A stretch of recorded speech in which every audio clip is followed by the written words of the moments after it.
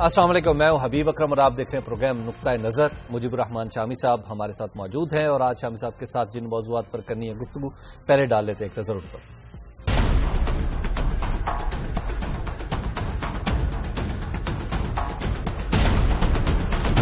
طالبان سے مذاکرات دوسرے مرحلے میں داخل ہو گئے، لیکن دہشت گردی نہ رک سکی۔ ہنگو میں FC کے 6 جوان شہید۔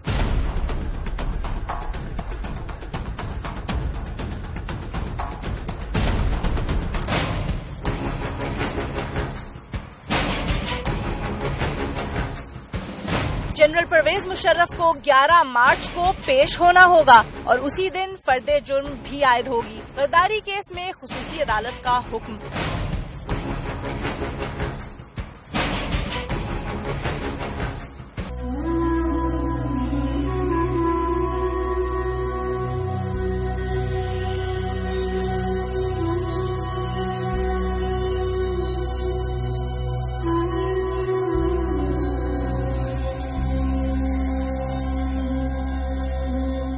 لاہور میں ماں نے اپنے ہی 2 بچوں کی جان لے لی، وجہ بے روزگاری یا کچھ اور؟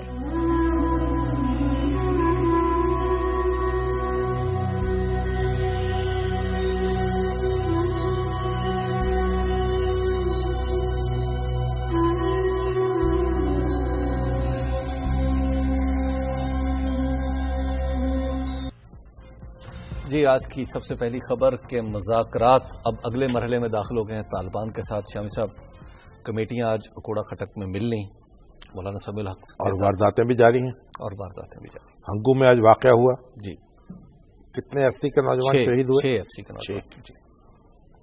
اور پشاور میں بھی کوئی اکا دکا واردات؟ پشاور میں بھی پولیس پہ حملہ ہوا چھوٹا سا۔ تو اس سے معلوم ہوتا ہے کہ یہ جو دہشت گردی کی وبا ہے نا، وہ کس قدر پھیلی ہوئی ہے۔ بالکل۔ اور یہ طرح طرح کے یہ کھمبیوں کی طرح اگاتے ہیں یہ گروپ جو ہوتے ہیں، تو بڑا ان سب کا قلع قمع کرنا پڑے گا۔ تو جو حکومت کی مذاکراتی کمیٹی ہے جی، وہ پہنچی کوڑا کھٹک میں جی، اور حضرت مولانا سمیع الحق کے مکان پر ان سے ملاقات کی اور ہمارے عرفان صدیقی صاحب بالکل اور میجر عامر صاحب، ہماری اطلاع یہ ہے کہ وہ ایک ہی گاڑی میں اسلام آباد سے روانہ ہوئے اور وہاں پہنچے۔ میرا خیال ہے بڑی خبر یہ نہیں تو اب یہ ہے کہ پہلے تو خبریں شروع ہو گئی تھی کہ کمیٹی ختم، بالکل وزیر اعظم کے پاس گئے اور انہوں نے بس کہا ٹھیک ہے، لیکن ہم نے گزارش کی تھی کل بھی کہ یہ کمیٹی جو ہے ابھی اس کا کام باقی ہے۔ اب یہ اس سے دستکش ہو جائے اور وزیر اعظم اس کی دستکشی کو قبول کر لے تو اور بات ہے۔ ٹھیک۔ تو اب معلوم ہوتا ہے کہ وزیر اعظم کو تو ان لوگوں نے کہہ دیا کہ جناب اب آپ کوئی اور ایک میکینزم بنائیں، ٹھیک، یا کوئی اور صورت کریں، کیونکہ ایک خاص مرحلے تک ہم پہنچ گئے ہیں، بالکل، اور اس سے آگے جو ہے پھر ایک نئے انتظامات کی ضرورت ہے۔ ٹھیک ہے، لیکن یہ کمیٹی جو ہے اس کا خاتمہ اس پر اتفاق نہیں ہوا۔ بالکل، اس لیے عرفان صدیقی صاحب نے جب ان سے پوچھا گیا اس پریس کانفرنس میں کہ جناب یہ کمیٹی موجود ہے، یہ ختم ہو چکی، تو انہوں نے کہا ختم ہو گئی ہوتی تو ہم یہاں کیوں آتے؟ اور چاروں ارکان کمیٹی کے وہاں پہنچے اور مولانا سمیع الحق کے ان کی باقی دوسرے ارکان سے صلاح مشورہ کیا، اس کے بعد ایک مختصر سا بیان بھی جاری کیا جی، جس میں یہ بھی ہے کہ اب مولانا سمیع الحق صاحب نے کہا ہے کہ وزیر اعظم سے ان کی کمیٹی کی براہ راست ملاقات کرائی جائے۔ بالکل، اور عرفان صدیقی صاحب نے کہا ہے کہ ہاں اس طرح کا انتظام کرنے کی کوشش کریں گے اور وزیر اعظم جو ہیں ان کی مصروفیات کو مد نظر رکھتے ہوئے وقت کا تعین کر دیا جائے گا۔ وہ ابھی خبر آئی ہے کہ کل شاید 2 بجے ملاقات بھی ہو جائے گی۔ اچھی بات جی۔ اور یہ اس کا مطلب ہے وزیر اعظم جو ہے جی جی انہوں نے بھی اپنی باہیں کچھاتا کر دی ہیں۔ بالکل، مولانا سمیع الحق کے لیے جی، کیا وہ کہتے ہیں نا پنجابی میں کہ آ گلے نہ لگ جا ٹھا کر کے۔ مولانا سمیع الحق سے جی تو نواز شریف صاحب کی بڑی پرانی دوستی ہے، بالکل،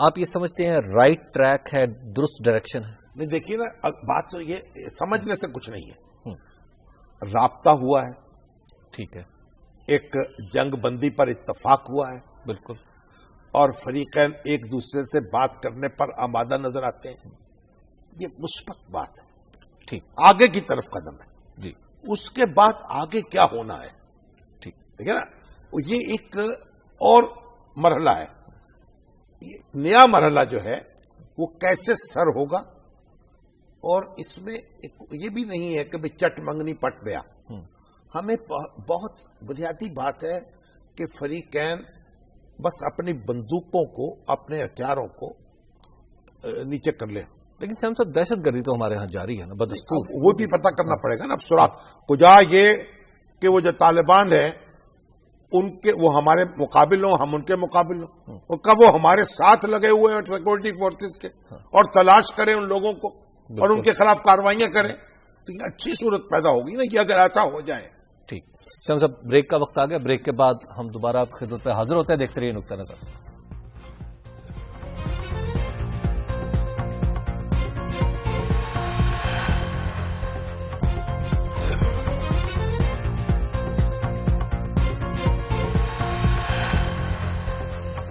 نقطہ نظر میں ایک بار پھر خوش آمدید. شام صاحب اگلی خبر کی طرف چلتے ہیں, اور وہ بھی ہے جنرل پرویز مشرف صاحب کے بارے میں. کورٹ میں آج کورٹ تو کہہ رہی ہے لازمی پیش ہونا پڑے گا انہیں. ہاں, تو ان کو پریشانی کیا, پیش ہو جانا چاہیے.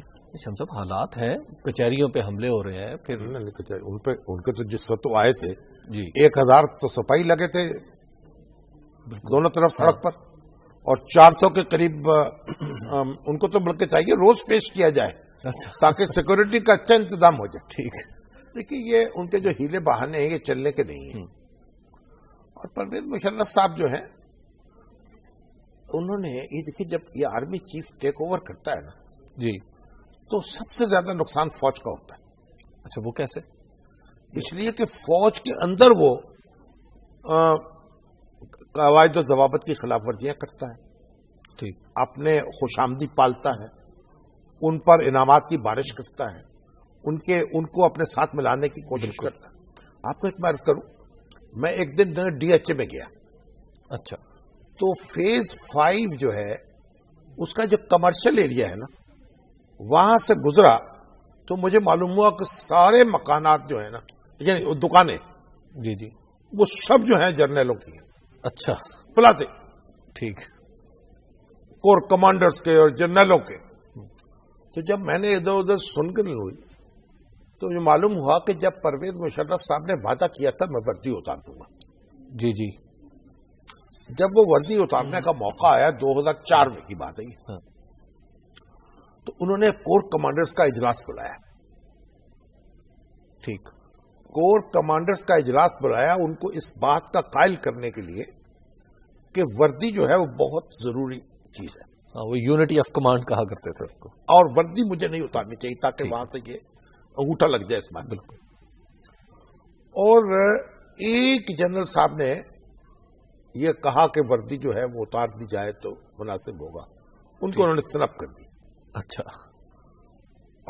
اور اس اجلاس میں تمام کور کمانڈرز کے سامنے ایک فائلیں رکھی گئیں جس میں ایک ایک کمرشل پلاٹ کی الاٹمنٹ کا لیٹر تھا.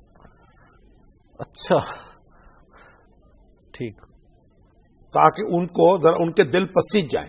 آخر وہ بھی تو گوشت پوشت کے انسان ہے نا. 5-5, 7-7 کروڑ روپے کی جائیداد جب سامنے رکھی جائے گی تو وردی تو ظاہر ہے کہ پرویز مشرف صاحب وردی کے بغیر تو بالکل جچیں گے. بالکل, اور واقعی نہیں جچے. اور وہ سارا جو ہے نا, آپ جا کے دیکھیے, وہ سارا ایریا جو ہے اس میں جرنیلی پلاٹ ہیں, کمرشل پلاٹ.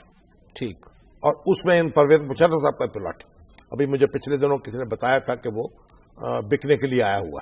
اچھا, لیکن پتہ نہیں اس کے اوپر کوئی کورٹ کا حکم ہے کہ نہیں ہے, تو کوئی قیمت مناسب نہیں لگ رہی. آپ یہ تو میں نے ایک بات بتائی آپ. بالکل, اور آپ وہ جو ہمارے شاہد عزیز صاحب ہیں جو چیف آف جنرل اسٹاف رہے, ان کے عزیز بھی تھے. اب ان کی کتاب پڑھ کے دیکھ لیں کس طرح, اور ان کی کتاب پڑھ کے دیکھ لیں کس طرح فوج میں ذاتی وفاداری کو انہوں نے فروغ دیا ہے. اور ایک ادارہ جس کا تعلق جو ہے کسی شخص کے ساتھ نہیں ہونا چاہیے. بالکل. پوسٹنگز میں، ٹرانسفرز میں، پروموشنز میں. اور یہ میں گیا تھا، یہ ہمارے کون تھے، ضمیر جعفری صاحب کے بیٹے. جی احتشام ضمیر صاحب. احتشام ضمیر صاحب. ان کا جوان بیٹا جو ہے دنیا سے رخصت ہوا، تو ہزار افسوس کے لیے میں گیا تھا ان کے پاس.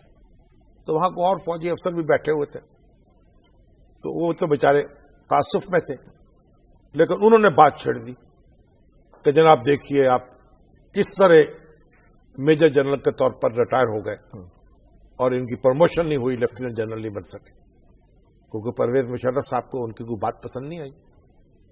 اور ہو سکتا ہے مجھے کوئی خیال پڑنا ہے کہ کوئی وردی کا معاملہ ہی ہوگا اس وقت بھی، مگر ہو سکتا ہے کوئی اور بات ہو، کوئی بات ان کو پسند نہیں آئی تو انہوں نے کہا ٹھیک ہے.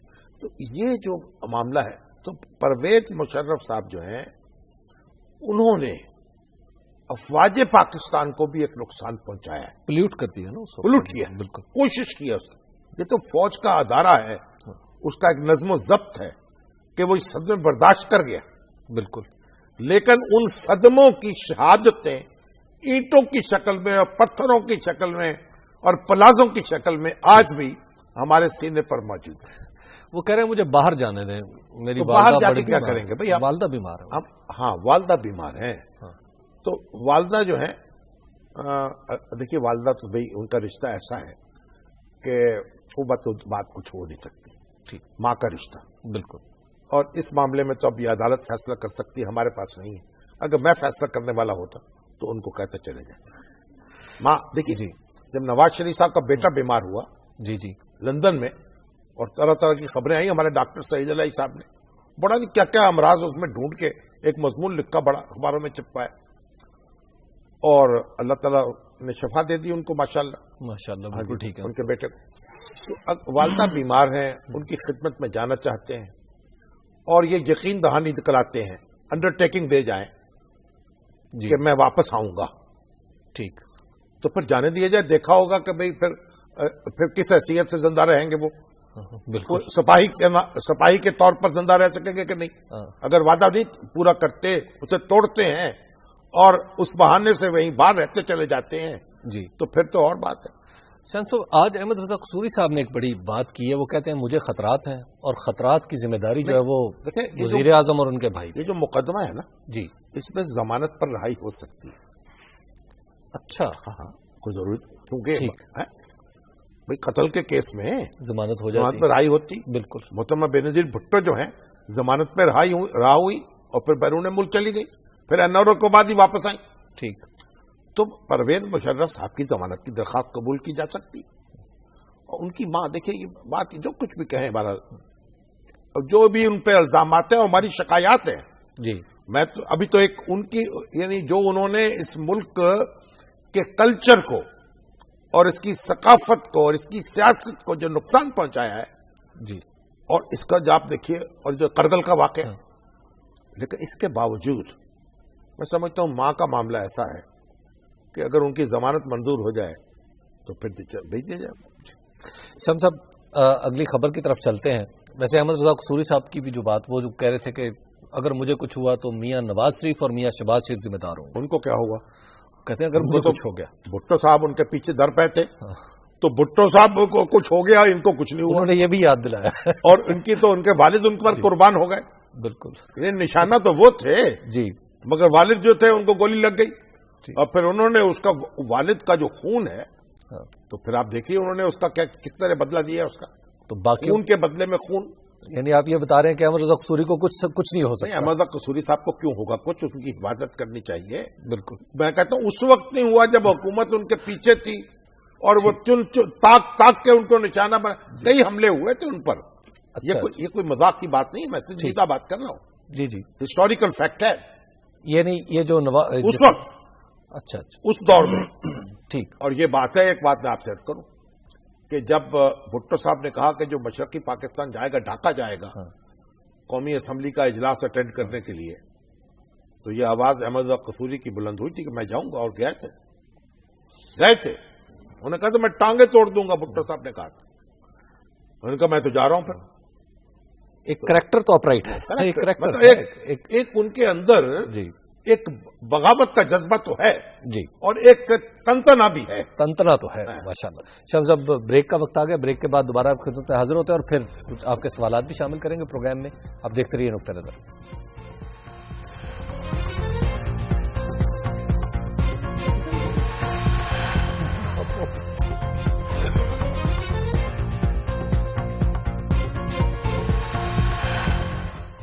نقطہ نظر میں ایک بار پھر خوش آمدید. شمس صاحب, سوالات کی طرف جانے سے پہلے جو آج لاہور کا واقعہ ہے کہ یار یہ افضال ریحان صاحب نے مجھے میسج کیا ہے کہ ان کی والدہ کو یہاں لے آیا جائے, ان کو کیوں چھوڑا جائے؟ جنرل پرویز مشرف صاحب کی.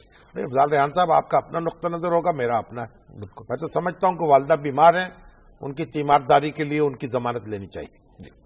شمس صاحب, جو آج واقعہ ہوا لاہور میں, ایک خاتون نے اپنے 2 بچوں کو اور بڑے دل دہلا دینے والے طریقے سے قتل کر دیا جی, غربت کے ہاتھوں تنگ آ کے. اپیرنٹلی تو یہی کہا جا رہا ہے کہ بے روزگاری, غربت, اس کی وجہ سے. اگرچہ کہ وہ, میں نے یہ بھی معلوم کیا کہ جس گھر میں وہ رہتی ہیں پختہ مکان ہے, 10 مرلے کا ہے. بالکل. اور جو خامد ہے اس کے پاس رکشہ بھی تھا, پھر وہ خراب ہو گیا. یعنی بہت ہی بے وسیلہ نہیں تھے لوگ. ہاں, اتنا ایسا تو نہیں ہو سکتا ہے کوئی اور کوئی. دیکھیے اصل میں اس طرح کے لوگ جو ہوتے ہیں نا, ذہنی توازن بھی تو ان کا بعض اوقات بگڑ جاتا ہے نا. بالکل, کیونکہ بے روزگاری سے تنگ آ کر آدمی خود کشی کرتا ہے خود, کہ بچوں کو مار دے اور خود زندہ رہے, یہ عجیب بات ہے. لیکن بہرحال افسوسناک واقعہ ہے. اور دیکھیں, میں تو بار بار یہ عرض کرتا ہوں کہ جس محلے میں اس طرح کا کوئی واقعہ ہو, اس پورے محلے کو گرفتار کر لینا چاہیے, اس پر مقدمہ چلانا چاہیے قتل کا.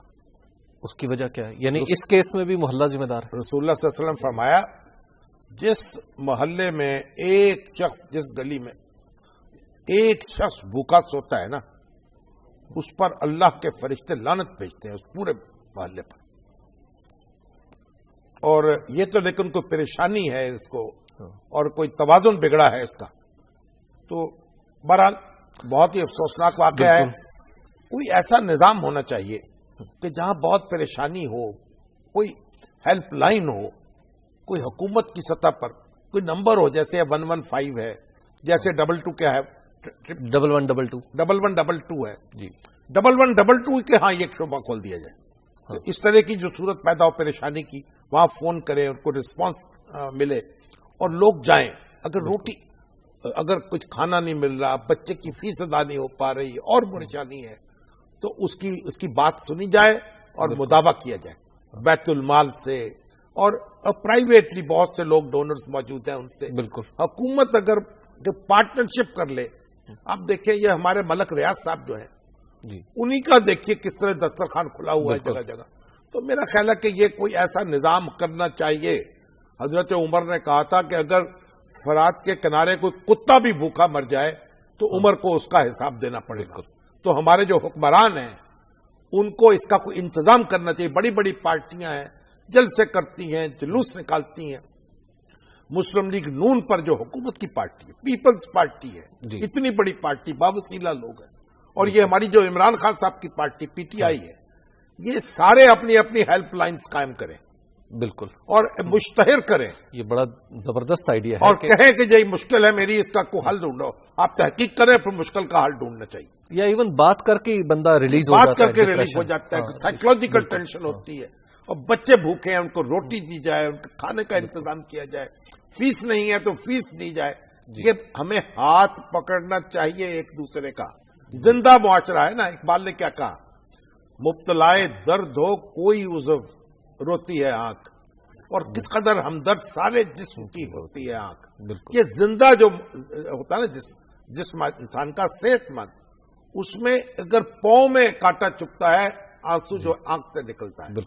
اگر صحت مند نہ ہو, شوگر کا مریض ہو, گینگرین ہو جائے, آپ کاٹتے ہیں چوٹی پتہ نہیں چلتا. ایسا معاشرہ نہ ہمیں بنایا جائے. شام صاحب, آج گورنر ہاؤس میں فوجیوں کا بڑا اعزاز ہوا, بڑی تقریب ہوئی. ہاں, آج گورنر ہاؤس میں بڑی منفرد تقریب تھی.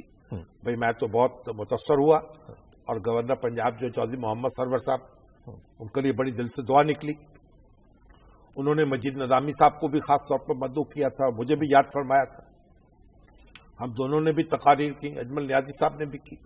اسٹیج پہ ہمیں اپنے ساتھ بٹھایا.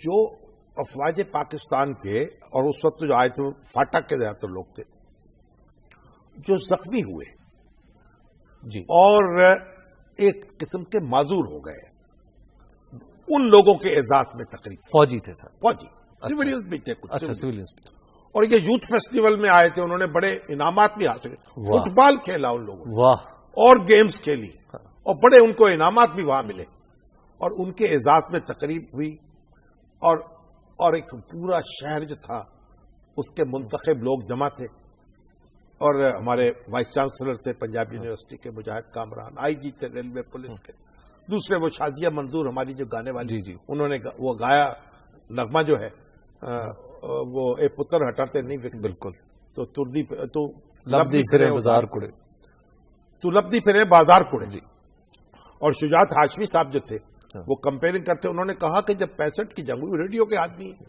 انہوں نے کہا جب 65 کی جنگ ہوئی، شروع ہوئی جنگ، تو صوفی غلام مصطفیٰ تبسم خود ہی اٹھ کے ریڈیو آ گئے، ان کا میں کی کرنا ہے، میں بھی کچھ کرنا ہے، اور ترانہ لکھنا شروع کیا، یہ ترانہ جو لکھا انہوں نے، اور پھر نور جہاں کو، مادام نور جہاں کی تلاش شروع ہوئی، ٹیلی فون کیا جا رہا ہے ان کو بلایا جائے، تو معلوم ہوا مادام نور جہاں گھر پہ نہیں ہے، ان کے پاس گاڑی نہیں تھی، وہ رکشے میں بیٹھ کے خود ہی ریڈیو پہنچ کے بتائیے میرے لیے کیا حکم، میں نے کیا کرنا ہے، اور یہ جو ہے نغمہ گایا، تو یہ زندہ قومیں جو ہے وہ اس طریقے سے اپنے جو محافظ ہیں ان کا بھی خیال رکھتی ہیں، اور ایک ہماری جو جنگ ہے دہشت گردی کی جنگ، جس نے ہمیں کتنے زخم دیے ہیں، کتنے چرکے لگائے ہیں، اور کتنے ہمارے نوجوان جو ہیں ان کو یہ معذور بنا دیا ہے، اور کتنے وہ ہیں جو رخصت ہو گئے اس دنیا سے، تو ان کو یاد کرنا، ان کا خیال کرنا، جو سویلینز ہیں زخمی ہوئے ہیں اور اپاہج پڑے ہوئے، ان کا خیال رکھنا بھی ہم سب کی ذمہ داری ہونا چاہیے، اور حکومت کی خاص طور پر، اور چودھری محمد سرور صاحب نے بڑی ایک دھواں دار تقریر کی، بڑی اچھی تقریر، انہوں نے کہا یہ جنگ عظیم ہے، اس میں 75 لاکھ افراد مارے گئے، اور رسول اللہ صلی اللہ علیہ وسلم کی جو پورے جو غزوات ہیں اس میں 900 کچھ کتنے افراد مارے گئے، بالکل، تو اسلام جو سلامتی کا دین ہے، اور اس سلامتی جو ہے اس کے لیے ہم سب کوشش کر رہے ہیں، امن کا پیغام ہے ہمارا، اور ہمارے گھر میں یہ آگ لگا دی گئی ہے۔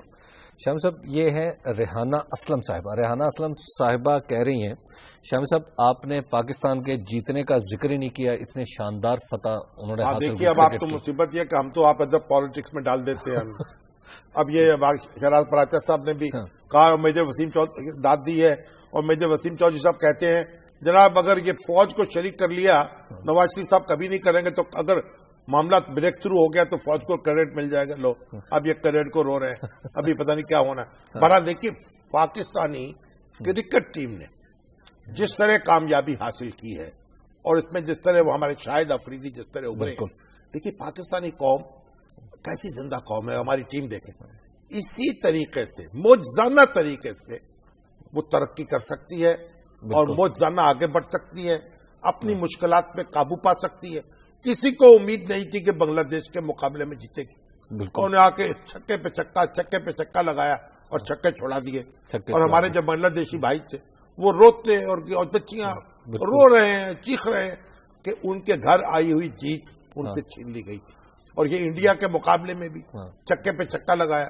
اللہ تعالیٰ جناب ہماری قوم جو ہے، یہ ٹیم ہماری نمائندگی کرتی ہے۔ دیکھیے ہم کچھ سست ہو سکتے ہیں، ہم تھوڑے سے کوئی بد اخلاق بھی ہو سکتے ہیں، کوئی تھوڑے سے ہمارے اندر کوئی بد کردار بھی ہو سکتے ہیں، لیکن ہمارا ایک جذبہ، ایک جنون پاکستانی قوم میں موجود ہے، اور جب ضرورت پڑتی ہے وہ جنون بروئے کار آتا ہے، اور یہ جو قوم ہے اس میں آگے بڑھنے کی، مشکلات کو زیر کرنے کی، اور اپنے آپ کو منوانے کی ایسی صلاحیت ہے کہ شاید ہی کسی دوسری قوم میں ہو۔ شہزاب پاکستان زندہ باد۔ ہمارے آج کے پروگرام کا وقت ختم ہو گیا ہے، اور ہم جاوید امجد صاحب سرگودا سے اور ذیشان صاحب کراچی سے، آپ نے بڑی دیر انتظار کیا، آپ کو کل انشاءاللہ عزیز پریورٹی پہ آپ کو پروگرام میں شامل کریں گے۔ ہمیں کل تک کے لیے دیجیے اجازت، اللہ کے بعد۔